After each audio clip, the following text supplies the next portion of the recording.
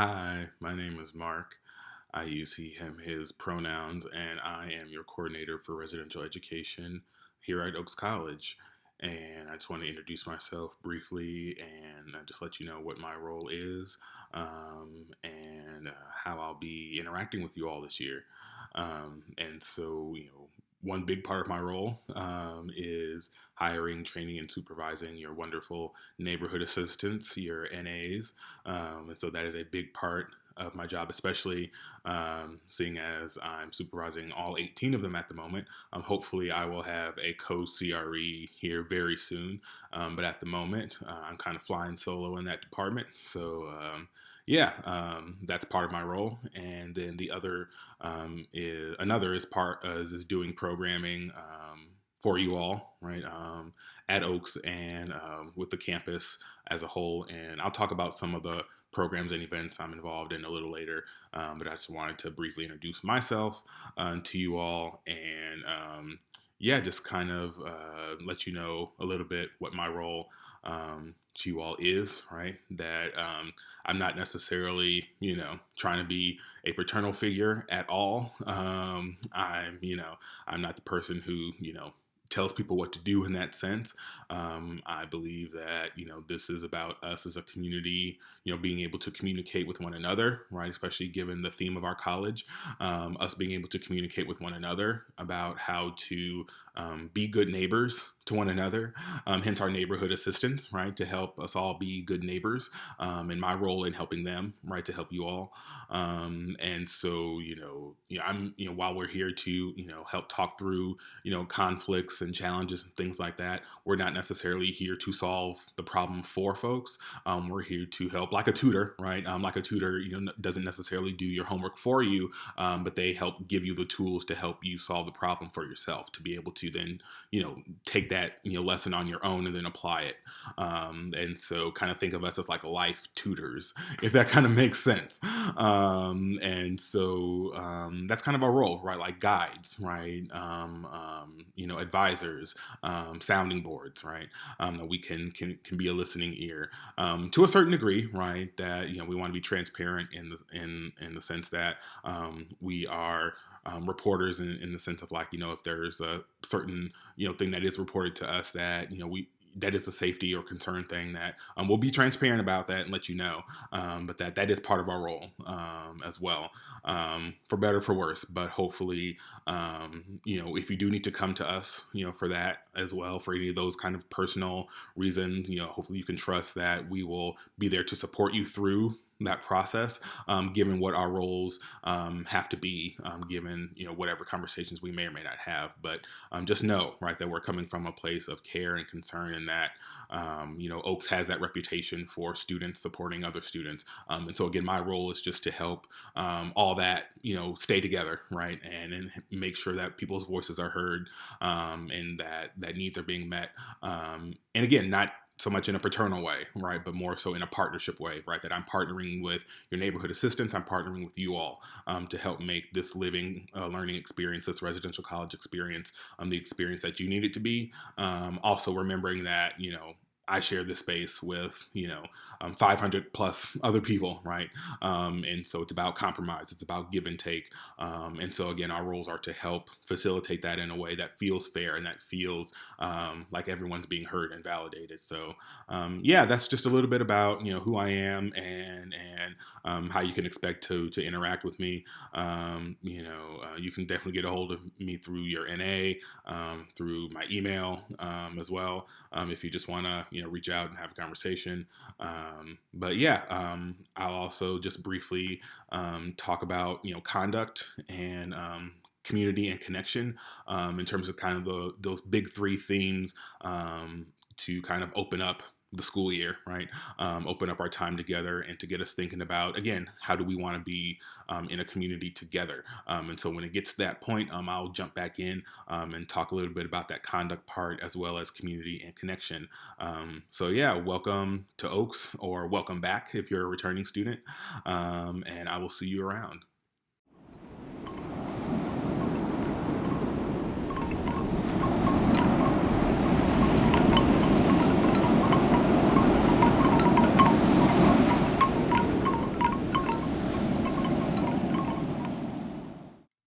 So when I think about conduct, um, it for me it goes beyond just following the rules, even though that's a part of it, for better or for worse. When we all signed up to live here, signed our housing agreement, that comes with a laundry list of things that we agree to, policies to observe while we're living here. And so, while on one hand, on one level, yes, conduct is about knowing what those policies and those rules are, not just in this context, but also, when should you stay, on in town and get an apartment somewhere in the area, you'll have to sign a similar kind of a lease agreement, rental agreement, and the property manager may have different kind of policies or stipulations that they observe, and so this is also kind of one of those things that to also be aware of, just in terms of life experience as well. But again, right, it's more than just following rules, in my opinion. For me, there's a personal self-reflection element of conduct, and then there's also a broader communal element. And so, I'm thinking on the individual level, it's thinking about what am I leading myself into, right? Every day when I get up and go out and attend to my business, what are the things that I'm leading myself into, and are they getting me one step closer to my goals for being here? And that's not to say that one can't kick back and have fun, and all that kind of stuff, but this is where the communal, right, element of conduct comes in, because whether I like it or not, living, especially in such close quarters, right, in such close proximity to one another, here in a college setting, our movements, right, our actions are going to have impacts on those around us. Certainly those that we immediately live with, and our neighbors, our housemates, floor mates, whatever living situation you're in. We're going to have impacts on one another. So how am I conscious of how my individual movements impact the collective? And I think one easy example, right, to tie it back to those housing policies, right, that we all have to be aware of. An easy example is quiet hours, right? That every day at a certain time that you'll see here, that's when we're asking folks to kind of turn down, and not to make a dated reference, I guess, but if you ask turn down for what, I would say because our bodies need rest. And so thinking about, yes, there's this policy, this rule of quiet hours, and at the same time, it's thinking about what is the spirit, what is the intention behind how we approach that policy, that rule here at Oaks. And the way I like to approach it is that, our bodies, no matter how young or old they may be, they need rest, right? To get through all the demands of a 10-week quarter system, whatever work demands folks may have, whatever social demands, family obligations that people may have. We can't just keep going and going and going and going and burning our candles at every end and expect to be okay. Our bodies need to slow down. Our bodies need to rest. Our bodies need the quiet, right? There's a science behind it, right? Our bodies need the quiet. Our brains need to slow down. And so for me, quiet hours is not about being the fun police. And quiet hours doesn't mean lights out. It doesn't mean you have to go to sleep. And certainly, it's something to talk about, with your individual roommates, your housemates, in terms of, sleep schedules and things like that, to make sure that folks are being conscious and accommodating, and then thinking about that community impact, right? That, around those times when it's quiet hours, maybe thinking about, turning the music down or putting in the earbuds, and things like that, starting to get more, turning inward, right? Rather than, making that big community impact, which may result in someone feeling right disturbed, right? And hopefully, folks, you build relationships and rapport to where folks can politely and respectfully, just kind of knock on the door and ask, hey, can you keep it down a little bit? But that's just an example, right, of how we can really think about why we have certain policies and housing agreements in place, and what it means to practice them in a way that doesn't feel authoritative and dictative. And certainly if you want to have more conversations like this, there are folks who are dedicated to this work for our area, and Rachel Carson, our neighbor college. And so that person for our area is Hashim. And so, I'll give his contact information, and you can reach out to him before something happens, before an incident happens, before something, is written down, before an NA or a CSO has to knock on your door to ask you to keep the music down for the third time, and yeah, they may have to write you up, or document it, and so, but even before that, right, before all that, right, if you're curious about this conversation, you want to continue it more, and especially get it from the perspective of someone who does this on a daily basis, reach out to Hashim, and if he's free, he can make that time. Hopefully, it's not too busy at this point in the quarter in terms of that. And so I encourage folks that if you really want to have that discussion, you can reach out to Hashim, and me as well. But really just wanted to, just briefly touch on the conduct conversation because, again, like, myself, your neighborhood assistants, your community assistants, we're here to support.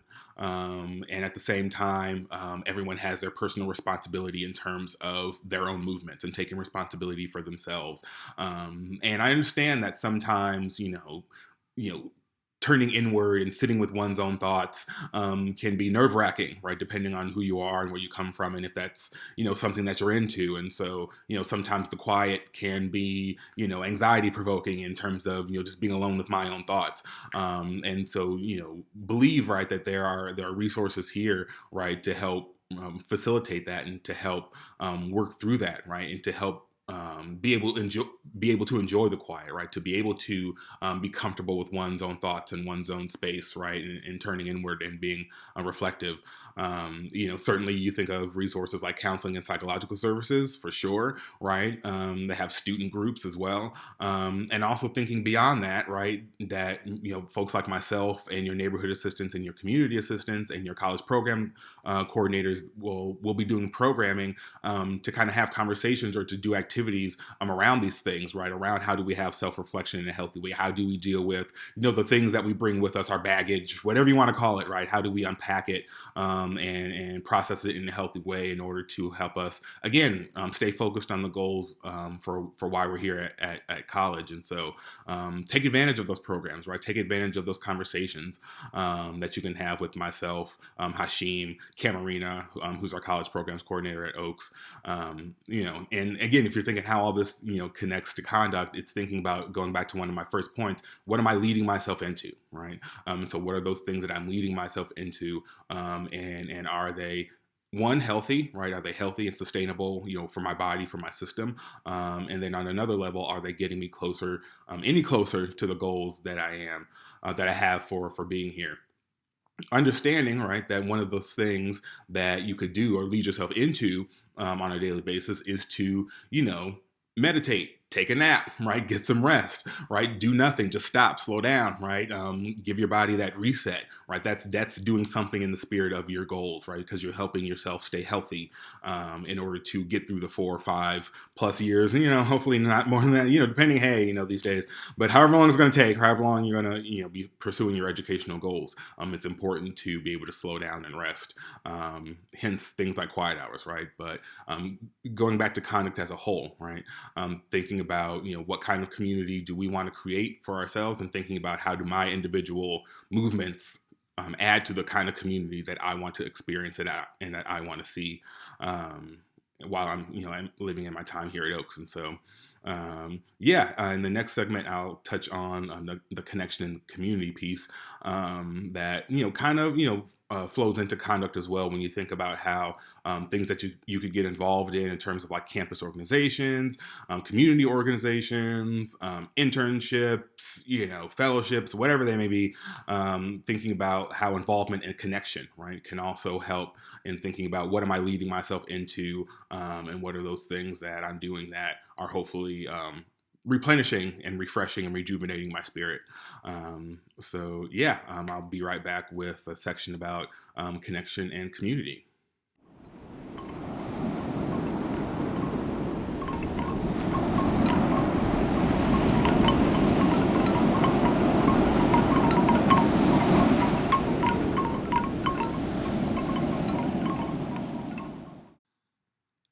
So, in thinking about connections, whether you are a brand new student or whether you are a returning student who's going to be living on campus.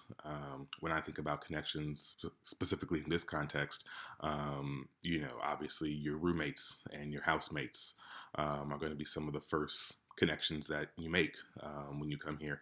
Not the first, but certainly some of the first. If you live on campus, your roommates and your floor mates and your housemates, people you live in an apartment or a room with, or next door to, across the hall from, yada yada, on and on. These are some of the first connections that you're going to make. And so specifically, I'm going to talk about those connections because there's a lot of different connections that you can possibly make and that you will make throughout your time in college, however long you're here at UC Santa Cruz. Those connections will happen in some way, shape, or form. So I'm specifically going to talk about connections when it comes to your roommates and apartment mates because I believe that's an important connection to maintain and sustain for however long you're going to be living together. It's good to have some kind of rapport and connection. I say there's a span of at least 2 weeks to 9 months that you'll be living with each other. And I say that because at the beginning of the school year, I think at the beginning of the quarter, but definitely at the beginning of the school year, there's a 1 or 2 week hold on room changes, especially if they're really like non-emergency, kind of case by case, but there's a hold for the first 2 weeks because people may be arriving late, international students who may be coming from abroad, may be arriving still, and so there's always a hold. And so that's why I say at least for 2 weeks, you're going to be living with these folks, all the way up till, 9 months in June when the school year ends. And so it's important on some level to have some kind of rapport and understanding and communication with the people that you're going to be living with. In my time, not just here at UC Santa Cruz, but working at other schools in the same position, it's interesting to me how over so much time, right, whether it's weeks or months, how folks can just disengage from the people that they live with for one reason or another. And I'm not suggesting that people have to be best friends. I'm not trying to force friendships at all. That's not the goal. But more so, what I've been what I've been saying in terms of advice that I've been giving in terms of, how to maintain that connection in a realistic and sustainable way is just once a week for 20 to 30 minutes, just all sitting down, facing one another, and just having a check-in conversation, right, about how things are going in your room, in your apartment, in your household, right, whichever configuration you live in, whether you're in the residence halls or the apartments. I highly suggest, right, that you sit down with your roommates at least once a week for at least 20 minutes just to check in, right? Something like that, I think, can only help in terms of just you feeling at home, for one, just feeling like this space is your home for the next, again, either 2 weeks to 9 months.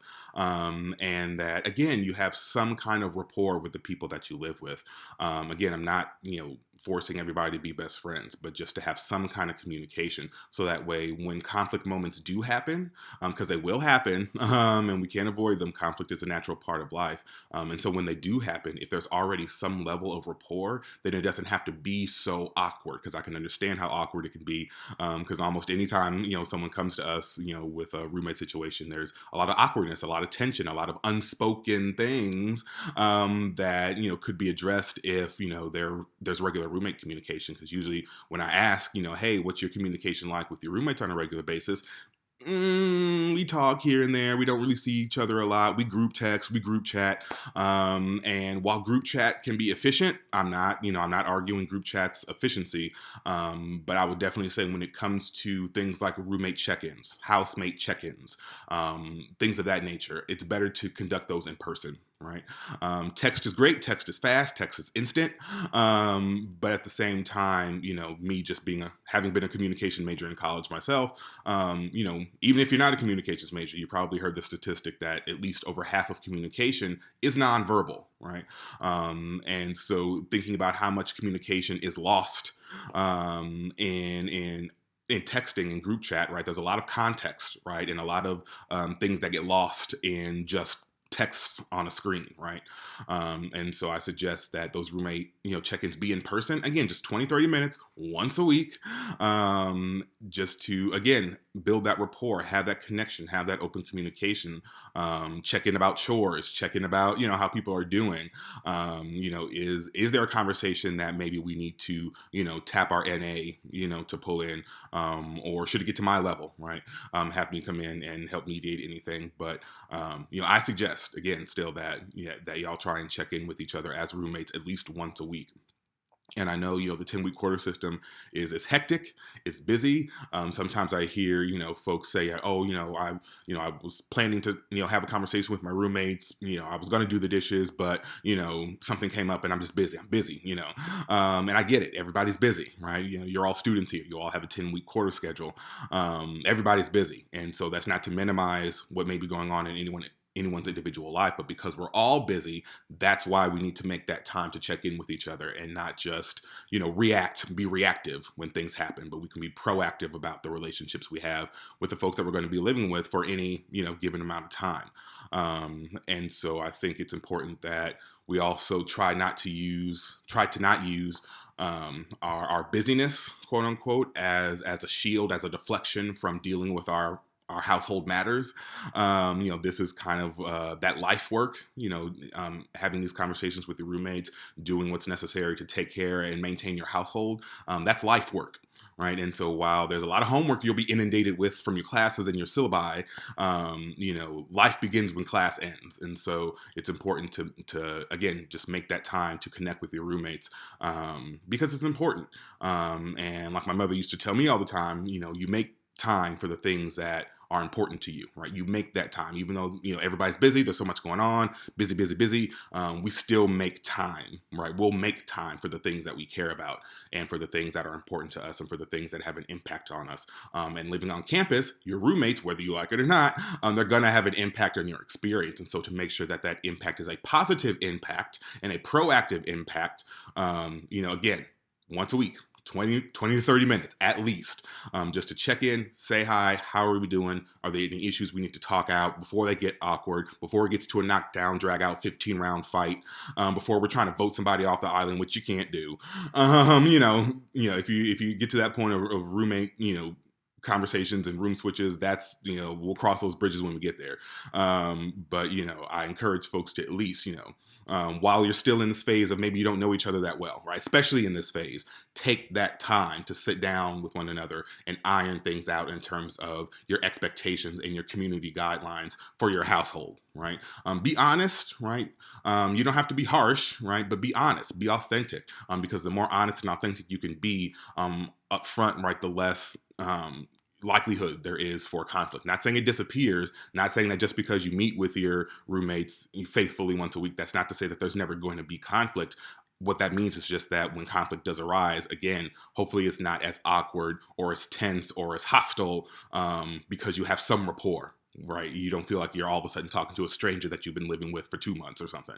And so, yeah, when you think about those connections, right, with the people that you're going to be living with, living around, it's going back to what I mentioned in a previous section about thinking about how my movements and how my presence will make an impact. And how can I be cognizant of the impact that I'm making on my roommates, which is going to have an impact on me. And so, yeah, that's what I'll say about connection. And that, again, if things get to a point where you feel that, for some reason you can't communicate with your roommates or it's just difficult, reach out to your NAs, reach out to me, and, we'll kind of, take things as they go, right? Again, I said there's, usually a couple week hold on room changes at the beginning of the school year, maybe at the beginning of every quarter, but definitely at the beginning of fall quarter. So just want to reiterate that too. So think about how you're going to make those connections, right?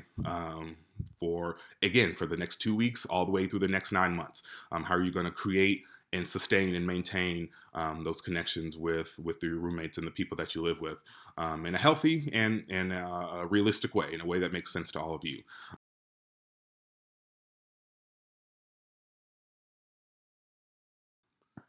So real quick, I just want to wrap up talking about community, specifically your Oaks community, because again, the community you can make while you're here at UC Santa Cruz can be big. You can make a lot of connections, and so not to go on and on and on. I'm just going to focus specifically on your living community, your residential community. And so, if you haven't already, right, met your neighborhood assistants, your NAs, or your CAs, your community assistants, or the welcome leaders, students who are in that role, right, the role of student staff.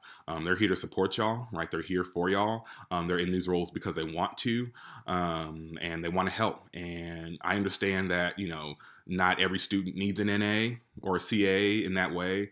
I'm not here to force friendships or force relationships, like I mentioned in the previous section. It's not about, trying to force a relationship with your NA. But I will say, that they've worked very hard, right, and they're excited to be here for y'all. And so, if at the very least, right, even if you don't want to go to a program, even if you don't, reply to an email, at least recognize, right, that these are students like you who have taken on this role of helping other students make it through college, right? And so just like a math tutor, right, for example, or a writing tutor, that's kind of what we are, right? Me as your CRE and then your NAs, we're kind of like life tutors, if you will, right? That in terms of things that come up and things that happen, we may not necessarily, our role isn't necessarily to give you the answer, right? Just like a math tutor doesn't solve the problem for you, but a math tutor will show you how, give you the tools and different resources and different tips and tricks to help you solve the problem for yourself, right? That certainly, connects back to what I mentioned about roommate conflicts, right? In terms of us being life tutors and helping people solve their problems and not necessarily solving the problem for them. And so that same thing applies to community, right? In terms of finding those connections that, we can't force you to connect with your NAs. We can't force you to connect with your CAs, but at least understand the work that they do and try and respect the work that they do, right? Every year, for example, the nice posters that they make for big events and stuff like that get defaced or get torn down because people just being rebellious and, I'm going to be rebellious and tear down a poster. That's somebody's hard work, right? And to some of us, it may seem like just a piece of paper on a wall, but to an NA or a CA who's worked very hard to put that marketing piece together, right? To make it special, to make it eye-catching.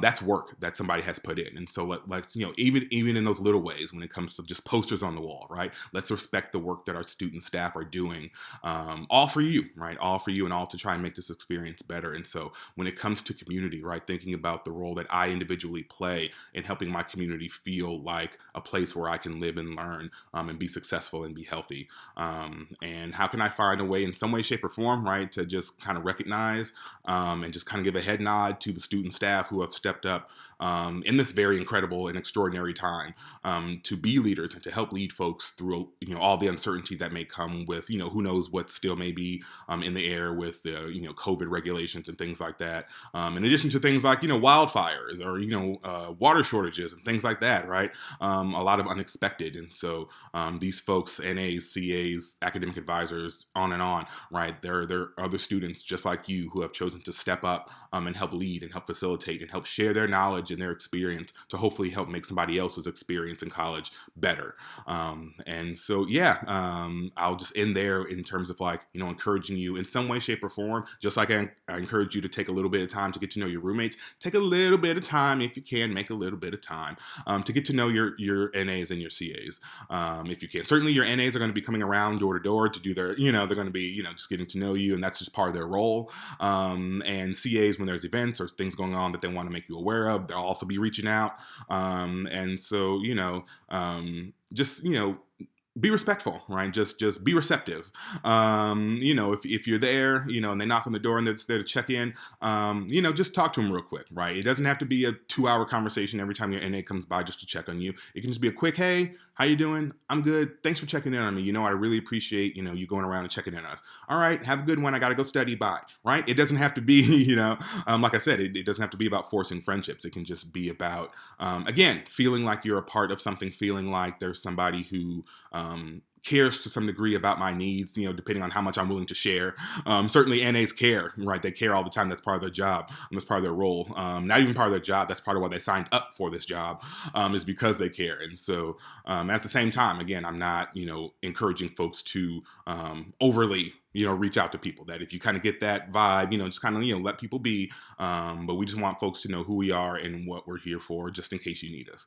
And so even if we're not a part of your community, I encourage you to find some community while you're here at UCSC, whether that's a club, a student organization, a professor, a research group that you're working with, whoever, whatever. Find some community, some connection that can help you feel like you're a part of something and feel like that this experience has meaning beyond just sitting in class. And so yeah, try and make those connections the best you can, and authentic connections, and lifelong connections. Sometimes this is one of those times where you may make friends who you'll have for the rest of your adult life. And so yeah, be open to how that community will manifest and what that community will look like, and how it will grow and evolve over these next 9 months.